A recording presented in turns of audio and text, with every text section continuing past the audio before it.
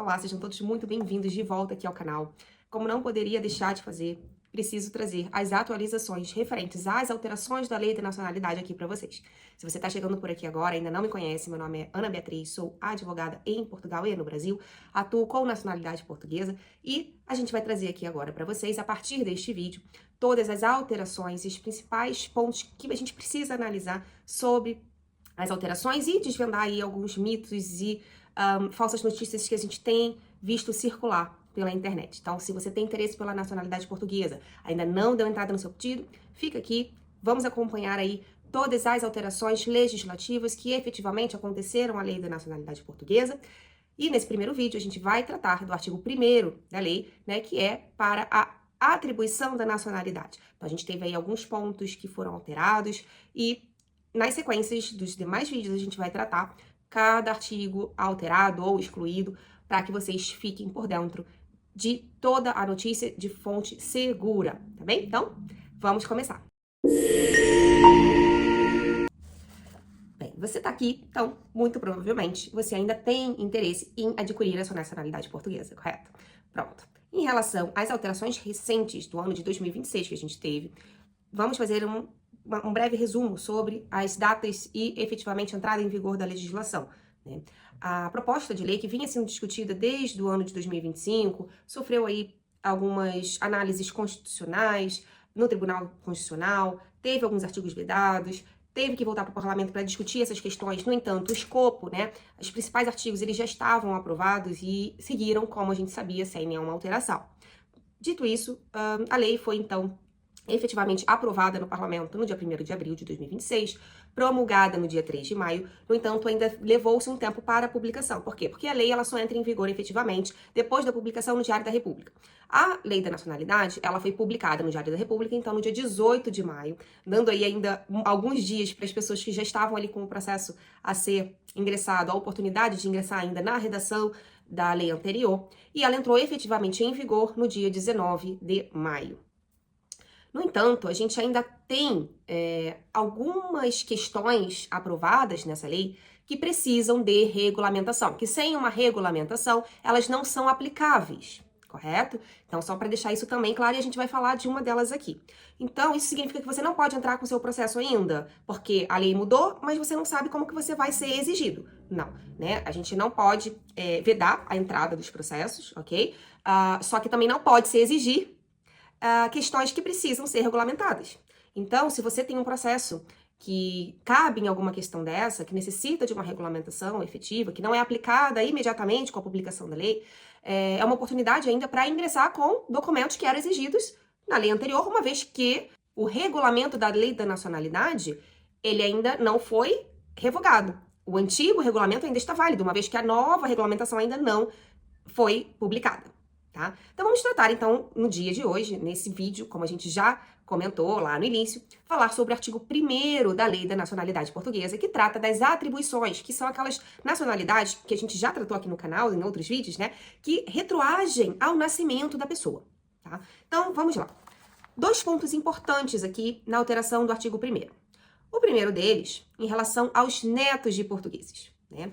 A redação do artigo 1º, a linha D, ela permaneceu exatamente igual no artigo 1º, mas sofreu alteração no que tange ao cumprimento de comprovação dos efetivos laços de ligação à comunidade portuguesa. O que efetivamente mudou relativamente aos netos é que no próprio artigo 1º existe o número 3, que antes a redação era a seguinte: a existência de laços da efetiva ligação à comunidade nacional para efeitos estabelecidos na linha D do número 1, ou seja, a nacionalidade para netos, né, que é aquele indivíduo com pelo menos um ascendente de nacionalidade portuguesa originária do 2º grau, né, ou seja, avô ou avó, se verifica pelo conhecimento suficiente da língua portuguesa, que para países CPLP é presumido esse conhecimento, então quem era nacional e natural de país CPLP já estava com esse vínculo aí estabelecido relativamente ao conhecimento da língua. Além disso, também tinha previsão, nesse número 3, de que não poderia ter uma condenação por crime punível em Portugal com pena de prisão superior a 3 anos, bem como a existência de qualquer perigo ou ameaça à segurança nacional, nomeadamente terrorismo, criminalidade violenta ou altamente organizada. Essa redação número 3 é que mudou. e trouxe mais exigências para os netos. Porque agora, a nova redação número 3 da Lei de Nacionalidade, ela prevê o seguinte, que a atribuição da nacionalidade portuguesa ao abrigo da linha D, do número 1, ou seja, dos netos de portugueses, pressupõe o preenchimento dos requisitos constantes entre a linha C até a linha H do artigo número 6, ou seja, ele está remetendo a requisitos de uma naturalização. O artigo 6º trata de naturalização. Então, vamos ver que requisitos são esses novos, né, que a legislação traz para os netos de portugueses. Então, ainda se mantém a comprovação do conhecimento da língua portuguesa, que se dá através de testes ou certificados, e isso a gente vai precisar, né, verificar se haverá ainda manutenção de presunção do conhecimento da língua para os países CPLP. A linha D, conhecer suficientemente os direitos e deveres fundamentais inerentes à nacionalidade e à organização política de Portugal, ou seja, conhecer toda a organização política do Estado português. Essa é uma linha que a gente ainda não tem regulamentação e a gente não sabe efetivamente como vai ser exigida. É uma nova exigência, por isso que ela, no momento, ela não pode ser um documento disjuntado obrigatório. Além disso, declararem solenemente a sua adesão aos princípios fundamentais do Estado de Direito Democrático, outro ponto que também precisa de regulamentação. E aí, não terem também sido condenados com trânsito em julgado com pena de prisão efetiva superior a 3 anos por crime de terrorismo, criminalidade violenta, especialmente violenta, criminalidade altamente organizada, contra a segurança do Estado ou auxílio à imigração ilegal. Então, acrescentaram-se aqui alguns pontos que já existiam na lei anterior, mas se ampliou aí o rol, né, desses crimes, tá? Punidos sempre em relação à lei portuguesa. Além disso, não constituir da mesma forma perigo ou ameaça, a segurança ou defesa nacional, né? Então, mantém-se, né, a questão relativamente à prática de terrorismo, criminalidade violenta e altamente organizada, tá? E por último, que não sejam destinatários de medidas restritivas adotadas pela Organização das Nações Unidas ou pela União Europeia, tá? Então, precisa se verificar se essa pessoa não tem medidas restritivas, ok? Aplicadas seja pela Organização das Nações Unidas, a ONU, ou mesmo da União Europeia. Então, se você sofreu alguma restrição, alguma questão, né, tem aí o registro no sistema informático relativamente à União Europeia, por exemplo, você vai ser vai ter restrição aí ao acesso da sua nacionalidade. Então, a gente verifica aqui que voltou a ser exigido mais comprovativos de ligação com Portugal aos netos. Não nos mesmos moldes de antigamente, né? Mas essas provas, principalmente relativamente ao conhecimento do Estado português, Constituição, né? Enfim, a gente precisa de uma regulamentação, ok? Então, os processos vão ter mais exigências, mais documentos a serem juntados no processo, ok? Mas a possibilidade para os netos mantém-se. Como vai ser exigido esses conhecimentos e essas provas, a gente vai precisar aguardar a regulamentação sair para ver em que moldes isso vai ser efetivamente aplicado. Outra alteração significativa que teve no artigo 1º foi da linha F desse artigo 1º, que é relativamente aos filhos de estrangeiros nascidos em território português.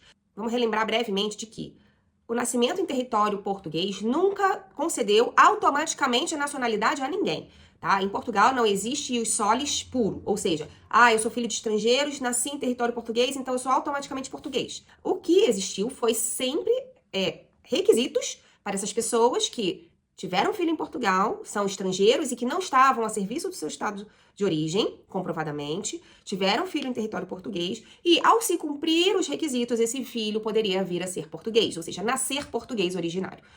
Na lei anterior, o que a gente tinha? Que o pai ou a mãe, então era um dos dois, tinha que ter residência válida em território português ou estar em território português há pelo menos 1 ano, independente de título. Ou seja, podia estar aqui a aguardar ainda a emissão do título de residência pela AIMA, e esse filho, desde que você comprovasse que estava em território português, sem ausência, por 12 meses, e aí você tinha que comprovar mês a mês esse requisito, essas crianças tinham o direito a ser portuguesas. Ou se você tinha o título de residência no momento do nascimento dessa criança, obviamente, o pai ou a mãe.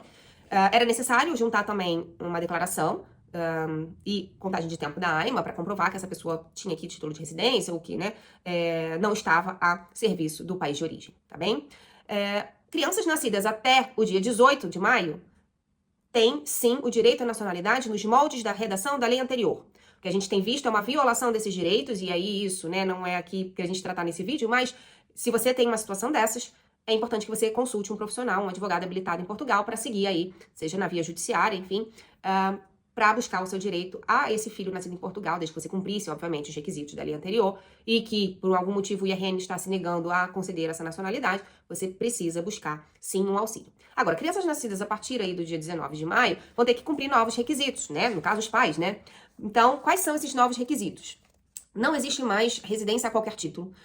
O pai ou a mãe precisa estar com regularidade em Portugal, com título de residência válido em Portugal há pelo menos 5 anos. Então, aumentou-se aí a exigência para que esses filhos de estrangeiros nascidos em Portugal consigam obter a nacionalidade através do ius solis puro, ou seja, nasceu em Portugal e é nacional português. Tá? Então, no artigo 1º, número 4, também houve uma pequena alteração, porque ela é relativa à linha F do número 1. Né? O que agora é exigido? A prova de residência legal referida na linha F do número 1, ou seja, crianças nascidas em Portugal que são filhos de estrangeiros, no momento da declaração do documento, vai ter que exibir no momento da declaração o documento de identificação do pai ou da mãe, bem como de um dos comprovativos de título ou estatuto válido de residência. Então, relativamente ao número 1 e 2 do artigo 15. Então, se a gente for lá no artigo 15, o que ele traz pra gente?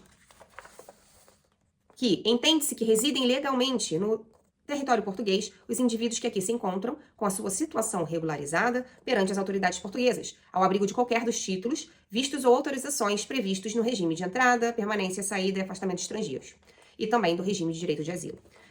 E o número 2, o disposto no número anterior não prejudica os regimes especiais de residência legal resultantes de tratados, tá? Designadamente no âmbito da União Europeia, porque a gente sabe que quem é nacional europeu, né, tem uma lei específica para a regularização em território nacional, tá?